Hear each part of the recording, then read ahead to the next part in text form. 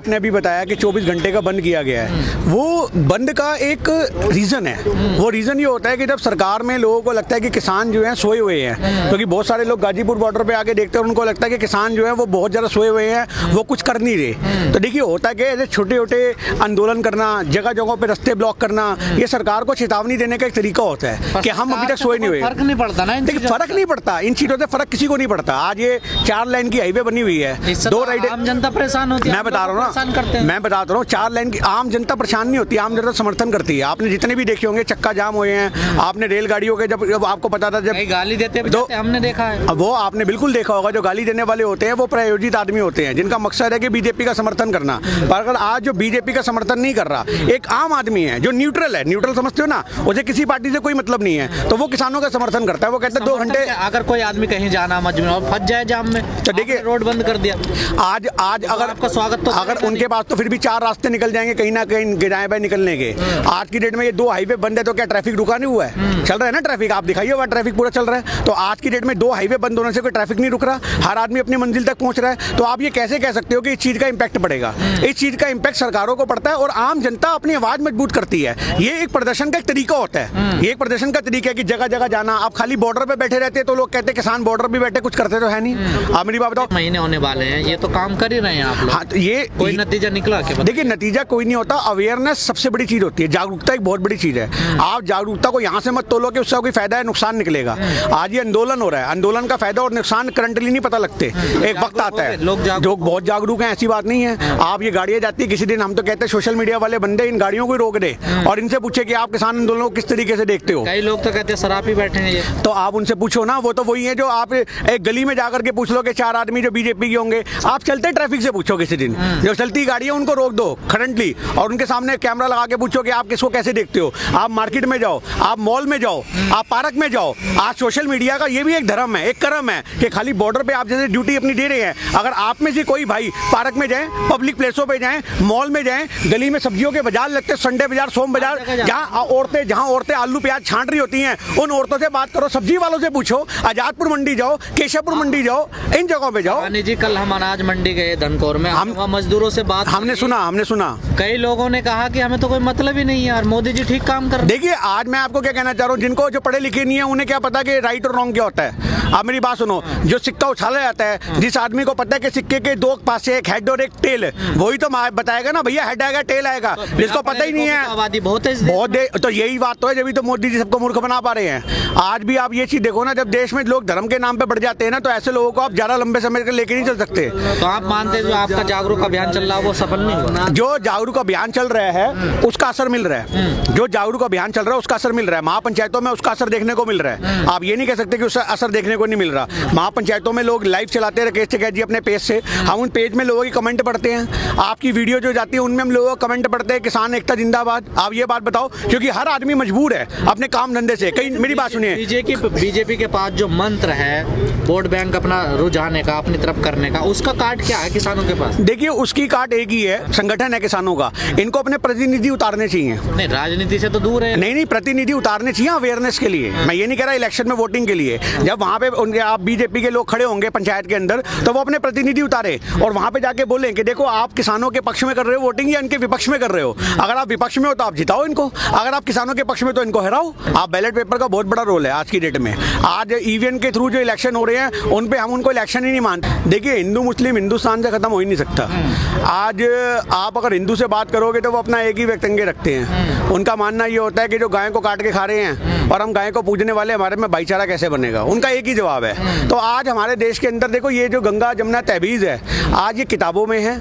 आज ये गंगा जमुना तहबीज सिर्फ कुछ उन पढ़े लिखे लोगों में है जो समाज को जोड़ के चलने में विश्वास रखते हैं। पर आज भी पश्चिम बंगाल जैसे एरियो में या बाकी समाज के हिस्सों में कुछ अनपढ़ जाति के लोग हैं जिनके अंदर पढ़ाई लिखाई की समझ नहीं है, और कुछ पढ़े लिखे गवार है जो धर्म के चक्कर में बिल्कुल भिड़ने को तैयार है। वो ये नहीं सोचते, पढ़े लिखे हैं ना, नेताओं को ये बात बहुत अच्छे से पता है कि आज देश के अंदर राजनीति कैसे हो सकती है। हिंदुस्तान की कमजोर नस जो है वो हमारा धर्म है। आज हर आदमी धर्म को मरने मिटने को तैयार होता है और ऐसे लोगों को भड़काया जाता है और हिंदू मुस्लिम मुस्लिम में भिड़वा करके अपनी राजनीति की जाती है। वो आज से नहीं हो रही, वो सन 47 से हो रही है। भाई देश का बंटवारा, जिस देश का बंटवारा, हिंदुस्तान का बंटवारा हिंदू मुस्लिम के आधार पे हुआ हो, आप मेरी बात समझ रहे हो, आप उस देश से कैसे हिंदू मुस्लिम की नफरत खत्म कर दोगे? आज ये भाईचारा सिर्फ कुछ लोग जोड़ के रख सकते हैं, पर अगर हम सोचे कि समाज में ऐसी यूनिटी आ जाएगी, वो कभी नहीं आएगी। आज मैं आपको बताऊं, वो दलितों को भाई नहीं मानते, आप मेरी बात समझो। आज वो भी तो हिंदू जाति के अंदर पैदा हो रखे हैं, पर आज उनको मंदिर में नहीं जाने देते। तो आज एक ब्राह्मण किस्म के लोग हैं, आज वो दलितों के अगेंस्ट खड़े हो जाते हैं। तो जब वो एक धर्म के लोगों को मिल करके यूनिटी में रहने का संदेश नहीं दे सकते, तो आप ये सोच रहे हो दूसरे धर्म के लोगों को जोड़ के रखेंगे, ये कभी नहीं होगा। हिंदुस्तान ये बीमारी, मैं कह रहा हूँ, आज के 100 साल बाद में खत्म नहीं होंगी। हमारे ऐसे 50 सोशल एक्टिविस्ट आएंगे, मर जाएंगे, खप जाएंगे, लोगों को समझाते रहेंगे, पर लोगों की बुद्धि का विकास तब तक नहीं होगा जब तक हमारे देश के अंदर आरएसएस जैसे संगठन हैं, क्योंकि इनको बहुत अच्छे से पता है कि हिंदुओं की नस कैसे दबानी है। आप ये देखो, लॉकडाउन के अंदर इतना बुरा हाल हुआ लोगों का, और उसके बाद बिहार में जाकर के वहां पे बिहार के लोग भूल गए।